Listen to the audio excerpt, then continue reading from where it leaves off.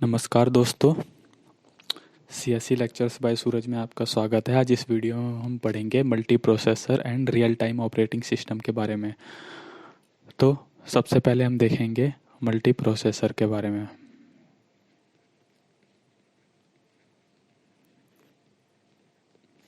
Multi processor तो इसमें क्या होता था, सीपीयू को ज़्यादा लोड देते थे तो सीपीयू उस लोड को नहीं ले पाता था।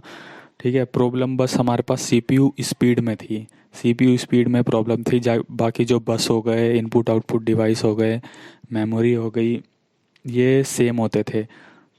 तो चार कंप्यूटर यूज़ करने की जगह आप एक ही कंप्यूटर में चार प्रोसेसर लगा सकते हैं। ठीक है, तो या आपने चार कंप्यूटर यूज़ करने की जगह एक ही कंप्यूटर में आप चार प्रोसेस लगा सकते हैं। तो आइए देखते हैं कैसे करेंगे ये।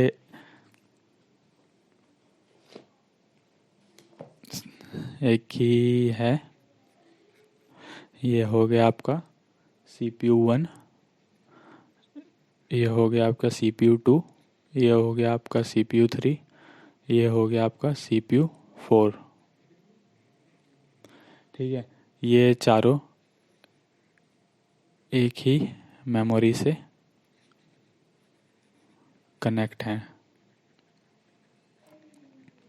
तो इसमें क्या होता है, instead of one CPU you have lots of CPU in same computer. एक ही कंप्यूटर में आपके पास बहुत सारे सीपीयू होते हैं, ताकि जो बहुत सारी जॉब्स है वो एक साथ एग्जीक्यूट हो जाए। जैसे मल्टीटास्किंग में आपने देखा था ना, कॉन्टेक्स्ट स्विचिंग होते थे। लेकिन अगर हमें सच में कॉन्टेक्स्ट स्विचिंग की ज़रूरत है तो हमें चार से ज़्यादा प्रोसेसर लेने पड़ेंगे, तभी हम सही से पैरेलल एग्जीक्यूशन कर पाएंगे। अब मल्टी प्रोसेसर दो टाइप के होते हैं हमारे, मतलब दो टाइप के अंदर, कैटेगरी के अंदर वो किया गया है। पहला आता है आपका सिमेट्रिक। सिमेट्रिक में क्या होता है, इसमें जो जो ऑपरेटिंग सिस्टम है आपका, वो सारे सीपीयू को कंट्रोल करता है। मतलब हर सीपीयू के पास, आपके हर सीपीयू के पास इक्वल राइट होगा, इक्वल राइट होगा, हर सीपीयू के पास इक्वल राइट होगा। अब दूसरा आता है हमारा asymmetric.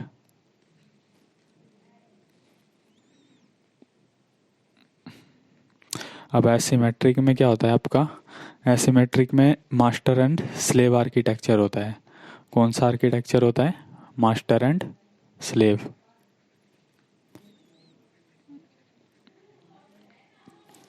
Master and slave architecture होता है इसमें। बजाय इसके कि हम सारे प्रोसेसर को सारा टास्क दें, हर प्रोसेसर को सारे टास्क दें, कभी कभी कुछ इसमें डिवीज़न भी कर सकते हैं। मतलब जैसे कि जो ये एक प्रोसेसर है, प्रोसेसर 1 है, इसको मान लेते हैं ये मास्टर है, ये डिसाइड करेगा कि बाकी प्रोसेसर ये 2, 3, 4 क्या करेंगे। ठीक है, या एक प्रोसेसर हम सिस्टम टास्क के लिए रख सकते हैं, एक प्रोसेसर हम एप्लीकेशन प्रोग्राम के लिए रख सकते हैं, अलग अलग के लिए रख सकते हैं। जैसे ये CPU 1 बस सिस्टम टास्क एग्जीक्यूट करेगा, ये एप्लीकेशन प्रोग्राम एग्जीक्यूट करेगा। ठीक है, क्योंकि इसमें दिक्कत ये आती है कि अगर सारे प्रोसेसर, जो ये चारों प्रोसेसर हैं, अगर ये चारों इनपुट आउटपुट डिवाइस से कनेक्ट होंगे और हार्डवेयर से कनेक्ट होंगे चारों प्रोसेसर, तो सर्किटिंग की कॉस्ट बढ़ जाएगी। ठीक है, एंड डिज़ाइन भी कॉम्प्लेक्स हो जाएगा। तो यूजुअली लोग क्या करते हैं कि जितने भी इनपुट आउटपुट डिवाइस हैं, जो भी हार्डवेयर इंटरप्ट्स हैं, उसके लिए एक अलग से प्रोसेसर असाइन कर देते हैं। उसके एक, मान लीजिए मैंने प्रोसेसर 1 फिक्स कर दिया, जो भी जितने भी इनपुट आउटपुट डिवाइस से ये है उससे कनेक्ट होगा, और जो भी हार्डवेयर इंटरप्ट्स आएगी वो इसके पास आएगी। तो इसके लिए मैंने ये प्रोसेसर फिक्स कर दिया, एंड बाकी प्रोसेसर में 2, 3, 4 अपनी प्रोसेसिंग बढ़ाने के लिए यूज़ करूँगा। ओके, तो अब इसके कुछ एडवांटेज एंड डिसएडवांटेज भी होंगे, हर किसी के होते हैं। तो आइए उसको देखते हैं। सबसे पहले इसके एडवांटेज देखेंगे।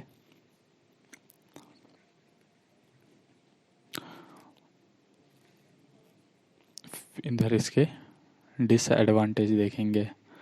तो सबसे पहला एडवांटेज क्या होता है, थ्रूपुट इंक्रीज होगा।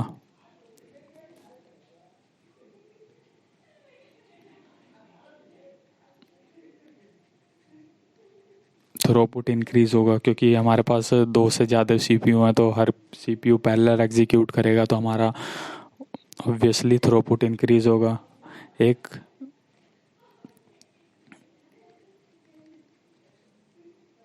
एक रिलायबिलिटी बढ़ेगी। अगर एक सीपीयू फेल हो जाता है हमारा तो हम बाकी सीपीयू से हम काम कर सकते हैं ना, इससे रिलायबिलिटी बढ़ेगी।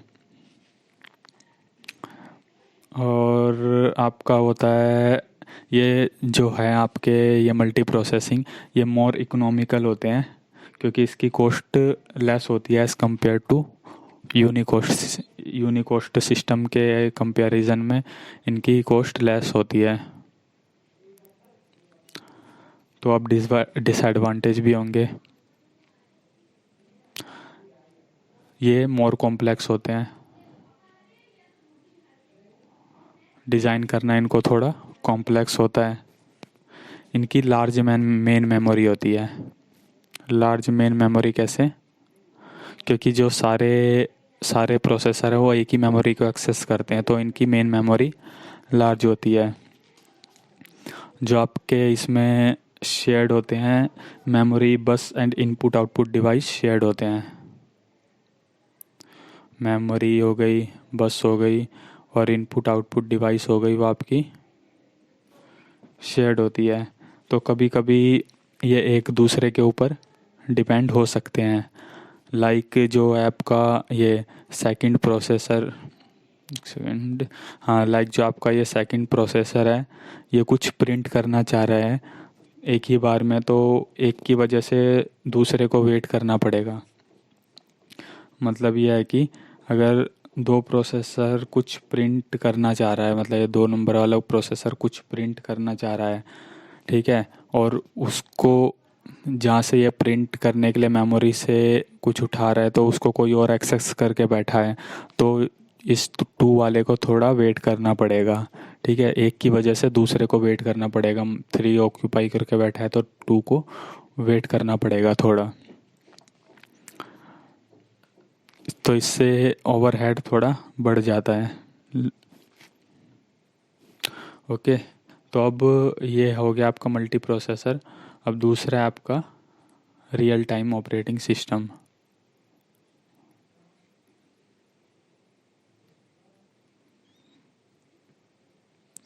रियल टाइम ऑपरेटिंग सिस्टम में क्या होता है आपका,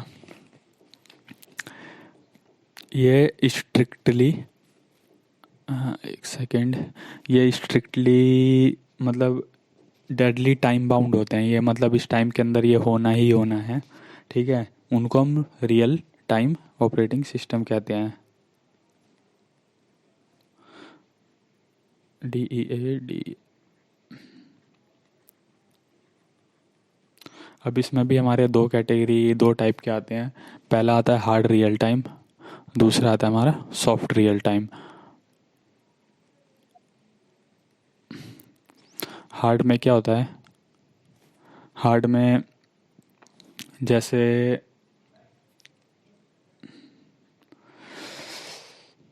अगर आपने देखा होगा मिसाइल सिस्टम इसका बेस्ट एग्जांपल रहेगा।